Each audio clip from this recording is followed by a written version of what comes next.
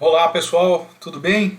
Pedro Chiavini e novamente aqui vamos dar continuidade ao nosso estudo do curso de combate à escravidão contemporânea, agora na análise da portaria 320 da DPGU e portaria 3484 do Ministério das Mulheres, Família e Direitos Humanos. Dando início aqui à portaria 320, porque ela é um novo marco de atendimento da Defensoria Pública da União nas fiscalizações de trabalho escravo. E por que um novo marco? Porque ela traz um novo comprometimento da Defensoria Pública da União nessas ações integradas, né, de diversos órgãos na fiscalização, no combate e atendimento às vítimas resgatadas de trabalho escravo, né? Porque define um novo papel de responsabilidades da instituição, da Defensoria Pública da União.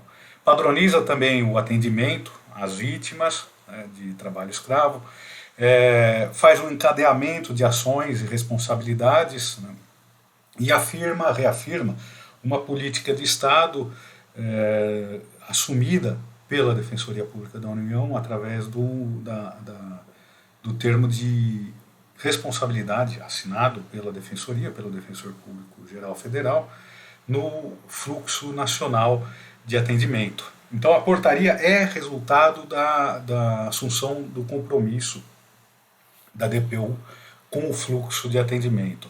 E por que muda um pouco as diretrizes, os parâmetros, né? Muda um pouco o paradigma de atendimento do assistido da Defensoria Pública, né, nas fiscalizações. Vamos ver.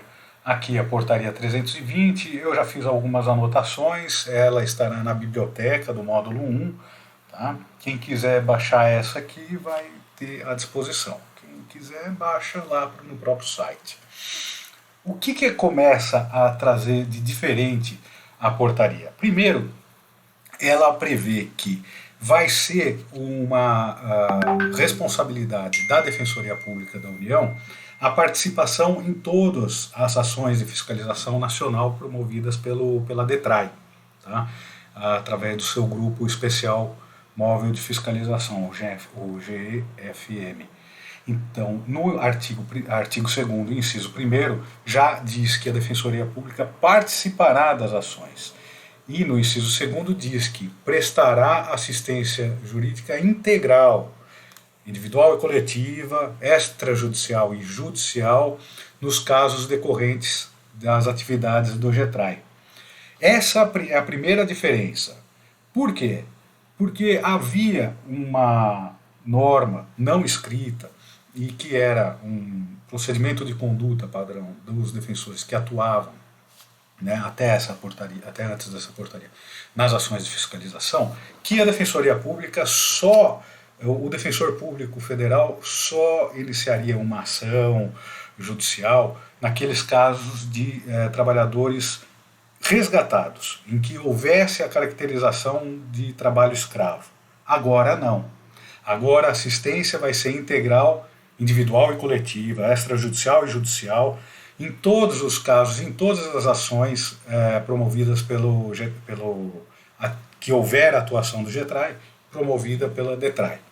Ah, mas como assim? O inciso 2º do artigo 2º não diz isso. Ele é lato, mas ele não está falando isso, não. Mais adiante a gente vai ver que tem um detalhamento maior sobre essa participação. Né? Inciso 1º e inciso 2º diz que participará a DPU dessas ações organizadas pela DETRAI. O inciso 3º diz que, gradualmente, conforme então possibilidades orçamentárias, de corpo de pessoal, ou seja, capacidade numérica de defensores públicos a assumir tais responsabilidades, gradualmente a Defensoria Pública da União participará das ações de fiscalização promovidas pelas unidades descentralizadas do Ministério do Trabalho, ou seja, aquelas ações de fiscalização promovidas pelas secretarias regionais do trabalho. O inciso 3º diz isso, gradualmente, conforme as possibilidades orçamentárias, principalmente. E o inciso 4º diz que também atuará gradualmente da mesma forma, conforme as possibilidades, nos casos encaminhados posteriormente pela Secretaria Regional do Trabalho e pelo Ministério Público do Trabalho, ou seja, naquelas ações que houve de fiscalização em que a Defensoria Pública da União não participou, é uma norma de expectativa no inciso 4º, né, programática, vamos dizer assim, que a Defensoria atue de forma gradual, conforme as suas possibilidades, naqueles casos encaminhados posteriormente, tanto pelas Secretarias Regionais do Trabalho, como pelo Ministério Público do Trabalho. Tá? E aonde está aquela questão em que a Defensoria Pública amplia suas responsabilidades, né, nas ações de fiscalização, ou seja, deixa de atuar só nos casos em que houve efetivamente caracterização de trabalho escravo e resgate e passa agora então a atuar de forma ampla e restrita em todas as ações de fiscalização, quer tenha havido o resgate ou quer não tenha havido o resgate. Parágrafo 2º e parágrafo seguintes.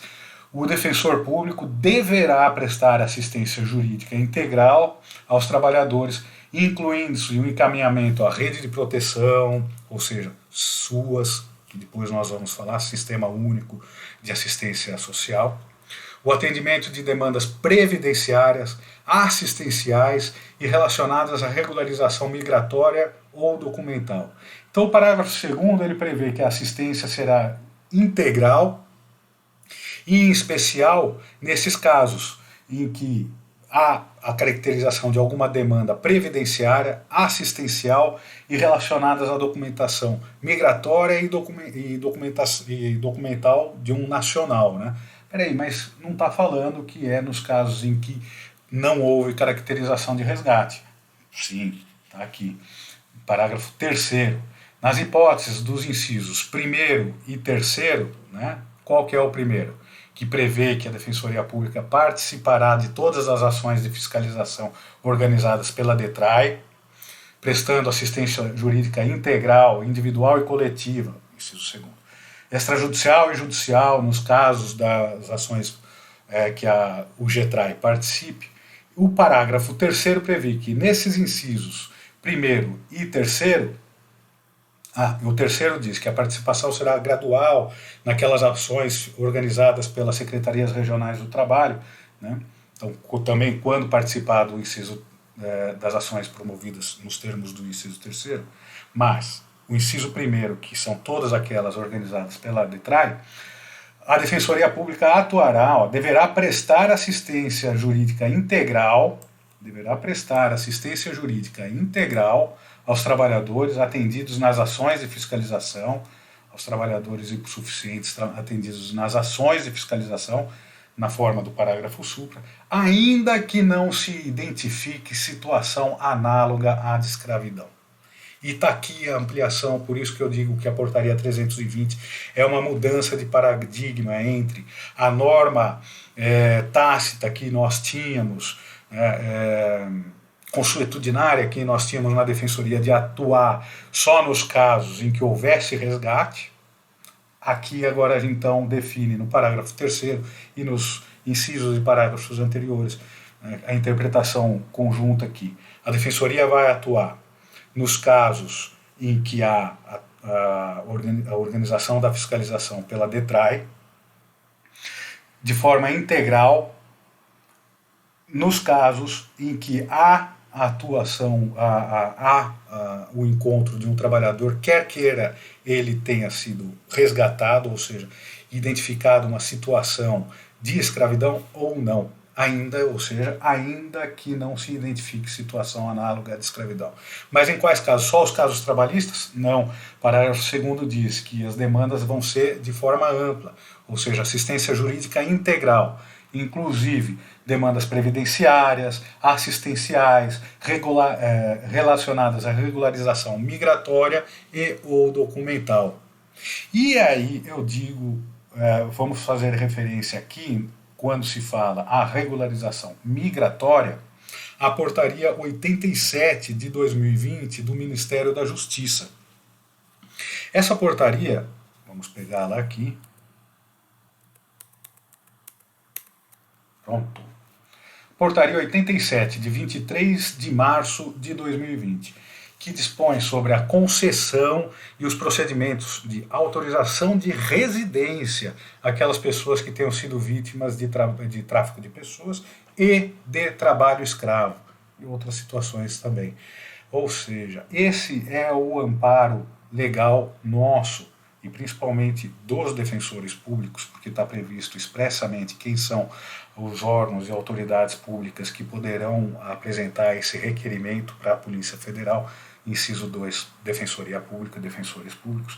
Esse é o amparo legal que nós temos para subsidiar pedidos de autorização de residência, ou seja, não é nem de concessão de visto, é já um passo adiante, mais firme ainda, mais seguro para a situação migratória daquele trabalhador encontrado em situação de escravidão, a concessão de autorização de residência. E o que diz essa portaria 87? Primeiro, diz que o pedido vai poder ser apresentado em qualquer unidade da Polícia Federal. Ah, mas aquela unidade da Polícia Federal não tem uma DELEMIG, uma Delegacia de Imigração. Ok, não tem problema. Portaria 87 diz que o pedido vai ser apresentado em qualquer unidade da Polícia Federal. O parágrafo 1º, vamos fazer uma análise da portaria na ordem dos artigos. O parágrafo 1º, no meu ponto de vista, ele concede uma discricionariedade ampla demais à autoridade policial. Por quê? Porque diz, parágrafo 1º, parágrafo 2º, que diz que, independente da documentação apresentada pelo defensor público no requerimento de autorização de residência, a autoridade policial terá discricionariedade para definir a concessão sobre a residência. Significa dizer que não vai bastar, dentre a documentação, o relatório da Inspeção Federal, caracterizando ali o resgate daquela pessoa imigrante como vítima de trabalho escravo. Não vai ser suficiente isso, não vai ser suficiente as demais documentações, eventualmente um relatório circunstanciado, subscrito pelo Defensor Público Federal, pelo procuradora do Ministério Público do Trabalho, também que ampare esse pedido de autorização de residência. Não vai ser suficiente isso, porque a autoridade policial não está limitada a essa documentação, ele tem a autonomia de decidir sobre a concessão. É isso que eu digo, que não é uma decisão vinculativa, né, conforme apresentou a documentação, está autorizado, ok, mas essa previsão expressa de que a decisão deverá levar em conta, parágrafo 1º, a apresentação dos documentos e considerar sempre que possível a efetiva colaboração do imigrante. Essa é outra discricionariedade excessiva da norma aqui. Porque se o imigrante, com excessivo medo de colaborar com a autoridade policial para indicar os autores do crime que o submeteram nessa situação, ou para indicar o gato, né, que é aquele que conduz a vítima àquela situação, a mando do empregador, e se ele tem um excessivo medo de colaborar com a polícia, então o parágrafo 1º diz que a decisão deverá levar em conta a apresentação da documentação e considerar sempre que possível, ok, mas sempre que possível, a efetiva colaboração do imigrante. E se a autoridade policial achar que ele era mesmo possível a colaborar com a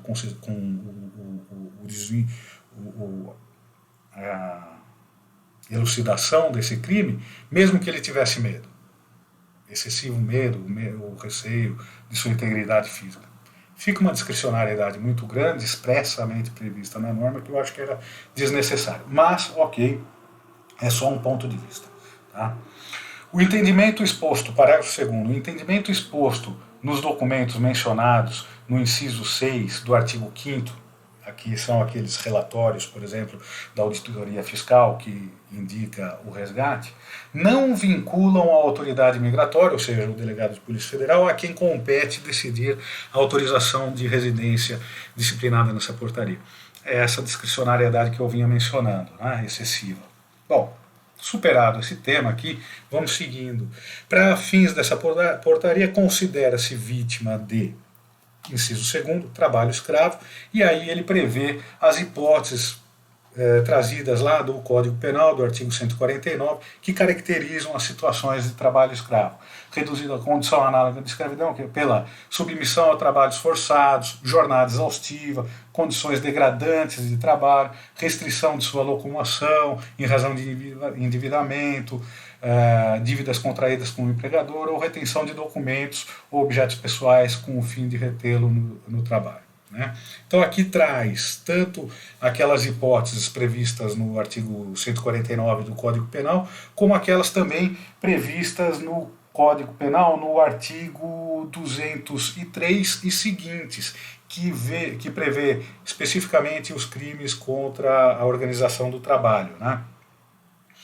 Artigo 4º. Autorização de residência. Esse pedido vai ser formulado pelas seguintes autoridades, inciso 2º, pelo defensor público, pela defensora pública. Né? E artigo 5º prevê os documentos que vão ser necessários. Eu não vou ler todos os documentos, mas o mais importante aqui, que eu faço observação, primeiro, tem que ser um formulário específico, está no anexo 1, e também é só dar um Google que vai encontrar esse formulário no site da Polícia Federal, no site do governo federal agora. E o ponto mais importante que eu faço aqui é a necessidade de apresentação, por exemplo, inciso 4º, certidão de nascimento ou casamento ou certidão consular. Né? E inciso 2º, passaporte ou outro documento oficial com fotos, pedido pelo país de origem, que comprove a identidade e a nacionalidade, ainda que com data vencida. Em relação ao inciso 4º aqui, se o imigrante não tiver consigo um documento, esse documento de certidão de nascimento, de casamento, porque o objetivo desse documento é demonstrar a sua filiação. Se ele não tiver, ele vai poder preencher uma declaração de próprio punho para prestar essa informação da filiação. Está previsto essa exceção aqui no parágrafo 1º.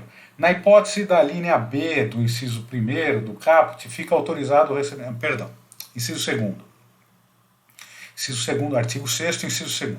Dispensada as certidões de nascimento e de casamento a que se refere o inciso 4º do caput do artigo 5º, poderá ser, inciso 2º, dispensada quando o imigrante estiver impossibilitado de apresentar os documentos de que trata esse caput, situação em que os dados da filiação será autodeclarado pelo requerente sob penas da lei.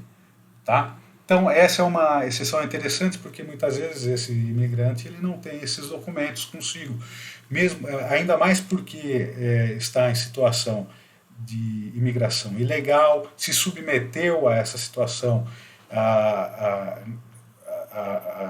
algo que caracterizou a situação de trabalho escravo, e às vezes os documentos se perdem com esse vai e vem dessas pessoas. Tá? Então por isso que essa exceção nessa portaria foi muito boa. Outro documento que é essencial para instruir o requerimento é a cópia do inquérito policial, do relatório da ação fiscal, parecer técnico ou denúncia em ação penal, contendo as informações suficientes para caracterizar a situação do imigrante como vítima de alguma das condições previstas no inciso do artigo 3º, trabalho escravo, vítima de tráfico de pessoas, e etc.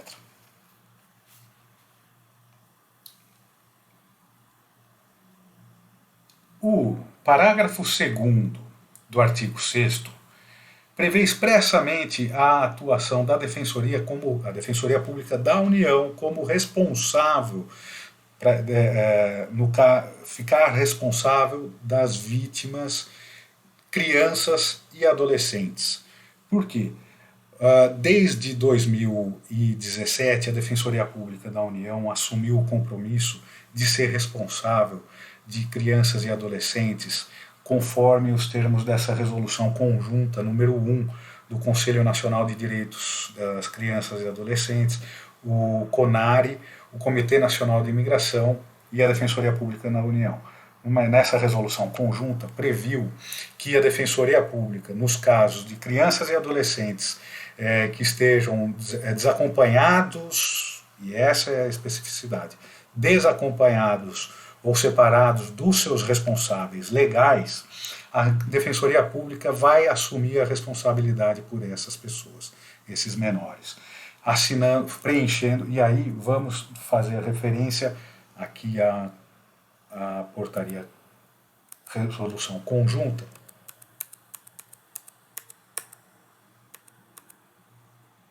Aqui.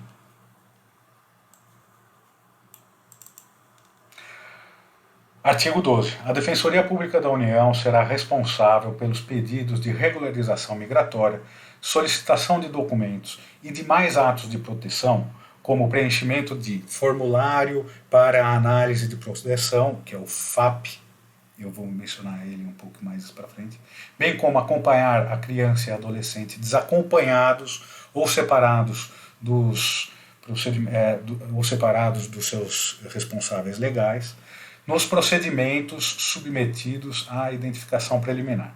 Parágrafo 1º, a Defensoria Pública da União, caso necessário, com base em mecanismo de cooperação, poderá acionar representantes da Defensoria Pública do Estado local para trabalhar de forma conjunta.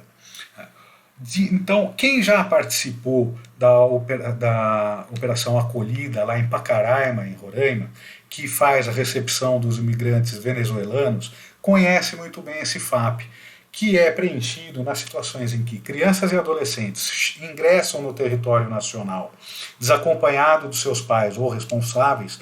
A Defensoria Pública da União preenche esse FAP como um documento caracterizando a sua responsabilidade, para daí poder dar o andamento no pedido de regularização migratória dessa criança e adolescente. Esse mesmo documento, então, vai ser exigido quando a Defensoria Pública da União, através do seu defensor, da sua defensora pública, apresentar o pedido de regularização migratória através do pedido de autorização de residência, né? Previsto aqui expressamente no parágrafo 2º do artigo 6º da portaria 87. Artigo 8º, parágrafo 1º, a autorização de residência será concedida com prazo indeterminado, tá? Enquanto não for concedida, analisada definitivamente esse pedido, essa autorização de residência, o estrangeiro, o imigrante, ele poderá exercer seus direitos laborais e etc., utilizar os serviços públicos, com o pedido, com o protocolo, tá? de pedido de autorização de residência, e, eventualmente, se não for concedido, terá prazo de 10 dias para interpor o recurso. Aqui as garantias, a possibilidade de livre exercício da atividade laboral, enquanto não é apresentado a resposta pela autoridade migratória, a isenção de taxas e custas. Então, essa é a norma legal, a portaria 87 do Ministério da Justiça, que subsidia o nosso pedido de regularização migratória das vítimas de trabalho escravo. Tá?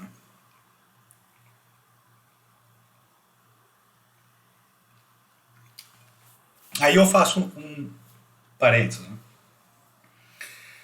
Bom, a portaria 320 diz que nós vamos atuar quer seja naqueles casos em que houve resgate, e quer seja naqueles casos em que não houve resgate, mas encontrou aquelas pessoas em situação de vulnerabilidade. Né?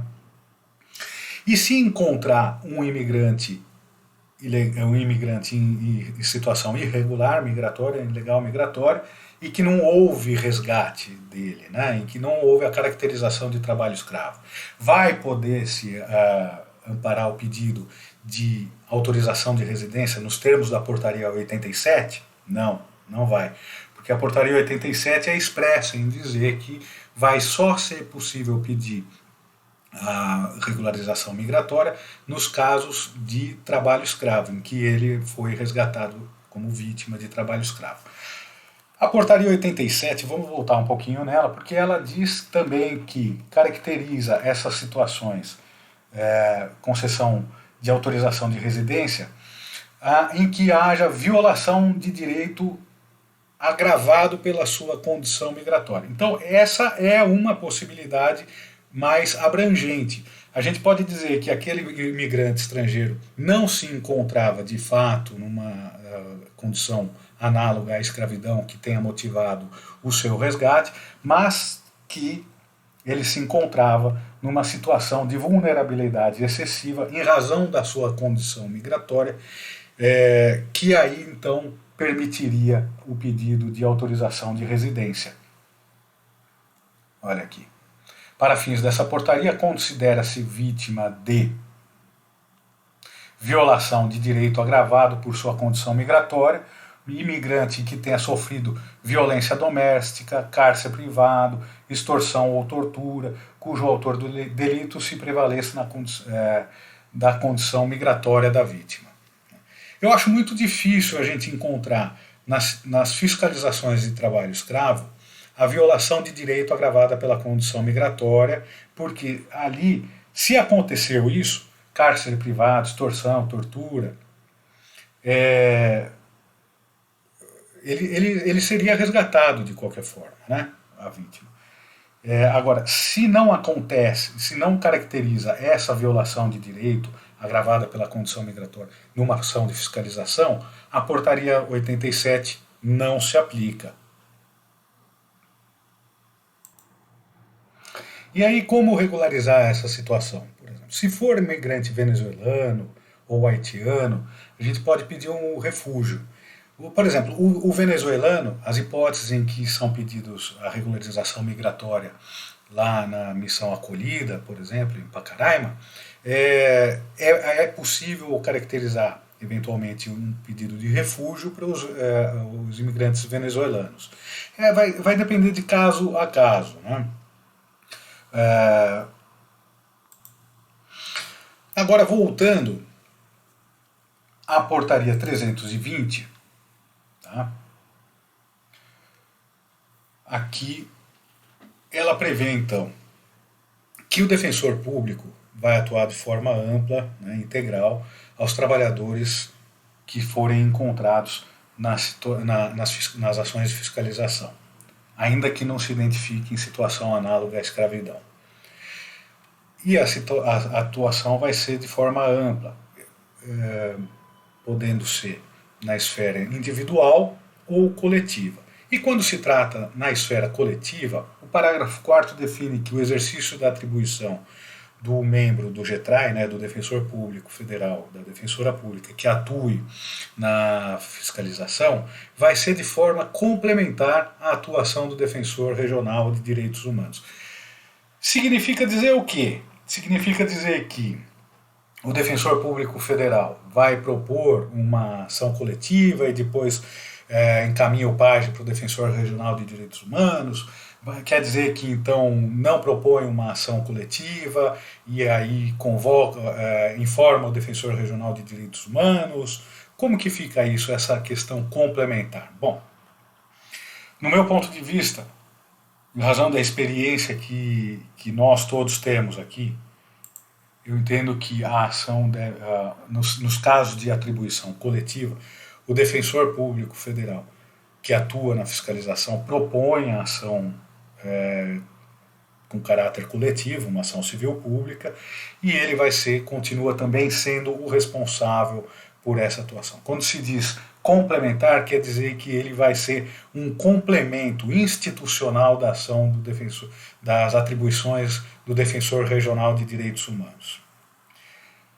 Pela minha experiência, se tramitar um PAGE no qual se propôs uma ação civil pública para o Defensor Regional de Direitos Humanos, ele tem a possibilidade de dizer que ele não tem atribuição, que essa ação foi proposta por você, por N razões, e aí devolve para você, e eventualmente vai ser suscitado um conflito negativo de atribuição. Não estou dizendo que isso é ruim, que isso é bom, são hipóteses que podem acontecer. Por isso que eu acho que, no meu ponto de vista, seria mais interessante entender dessa forma, que o Defensor Público Federal, membro do GETRAI, tem uma atuação complementar no sentido de ampliar as atribuições coletivas da Defensoria Pública da União no âmbito do direito trabalhista, quer seja na situação em que haja resgate do trabalhador ali ou não. Tá? Seguindo, uma característica importante aqui da portaria é que traz a atribuição do defensor constante, da defensora membro do GETRAI, como em atuação de substituição na prática de atos, eventualmente de atos em razão de intimação de ações propostas pelo defensor, por um outro defensor, numa ação de fiscalização. Exemplificando, o nosso colega propõe uma ação em razão de uma fiscalização, uma reclamação trabalhista. Depois de algum tempo, alguns meses, há uma intimação judicial daquele processo.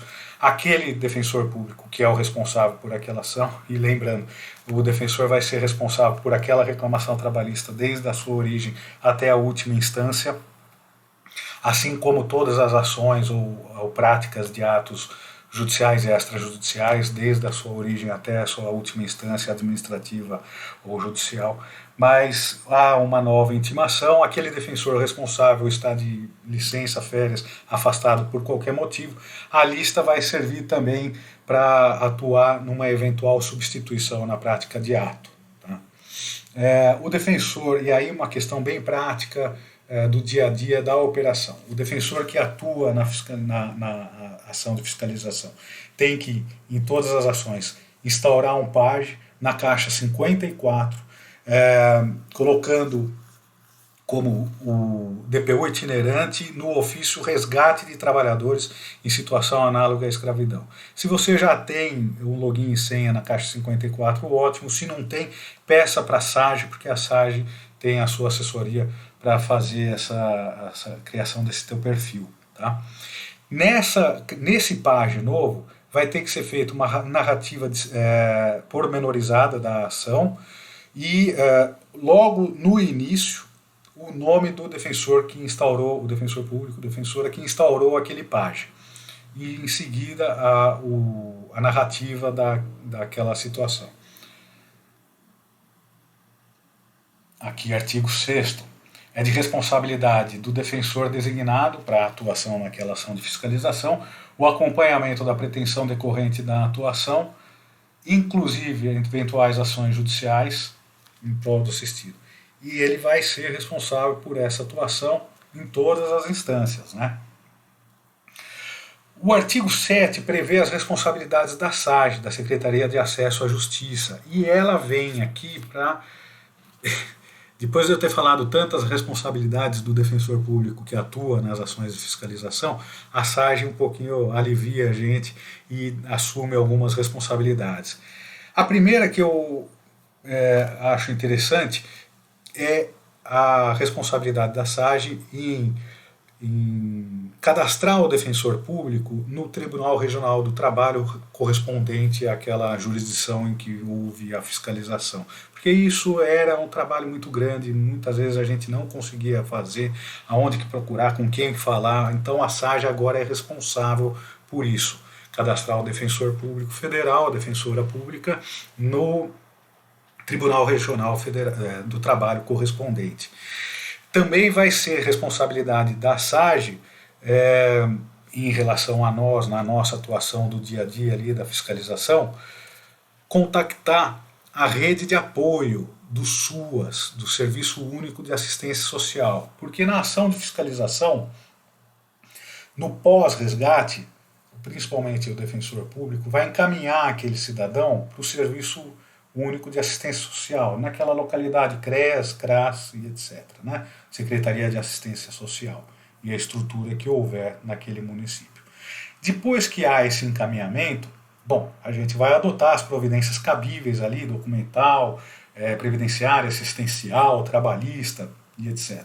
Mas nós vamos ver as responsabilidades do SUAS, Serviço Único de Assistência Social, no fluxo nacional, mas essa atuação do SUAS, quem vai fiscalizar, ou seja, quem vai, na verdade, cobrar e não fiscalizar, quem vai cobrar o encaminhamento e o avanço das providências vai ser a Secretaria de Acesso à Justiça, a SAGE.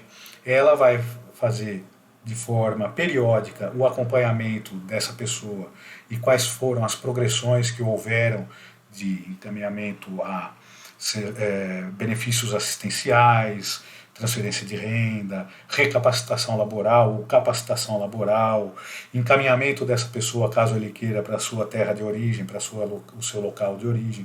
Tudo isso é responsabilidade do SUAS. E a SAGE, nossa SAGE, vai ser responsável por fazer essa interlocução e esse acompanhamento. Outra responsabilidade que nos interessa é gerir as intimações dos processos judiciais. Se nós tivermos que propor ações, reclamações trabalhistas ou coletivas, vai ser a SAGE que vai ser responsável por acompanhar o processo em relação às intimações, e esse é o acompanhamento. Tá? Vai ter uma equipe, ou tem já, na verdade, uma equipe que, verificando um determinado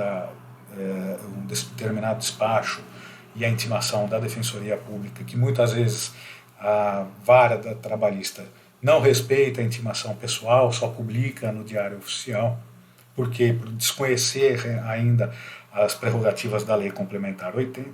Então a SAGE periodicamente vai acompanhando esses processos e, havendo alguma movimentação processual, ela encaminha, anexa isso no PAGE e encaminha, tramita esse PAGE para o defensor público responsável. E aí entra aquela ato por substituição. Se o defensor público responsável tiver com a caixa fechada, em razão de afastamento, licença, qualquer outro motivo, a lista serve para isso, para tramitar para outro defensor para praticar o ato. Tá? As ações de fiscalização, ao final da atuação, o defensor público deverá fazer um relatório, né, anexar no PAGE e tramitar também para a SAGE. Né. Não só o relatório da auditoria fiscal, mas o relatório do defensor público em relação àquela ação de fiscalização. Né. Isso é uma das práticas que a gente sempre adotou, sempre esteve prevista nos editais das convocações das ações de fiscalização e agora formaliza na portaria 320.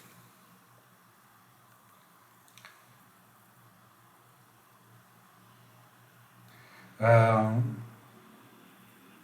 previsão aqui